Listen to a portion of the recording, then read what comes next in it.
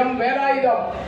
சேர்க்கை முகாம், மருத்துவ முகாம், பகுதியில் வாழக்கூடிய மக்களுக்கு என்னென்ன பிரச்சனைகள் அப்படின்றத மாவட்ட தலைவர்கள் முனைப்போட செயல்படுன்றதுக்காக தான் திரு வேலாயுதம், திருவள்ளூர் மாவட்டத்தினுடைய தலைவர் திரு வேலாயுதம் இருக்காங்களா, திரு சிவகுமார்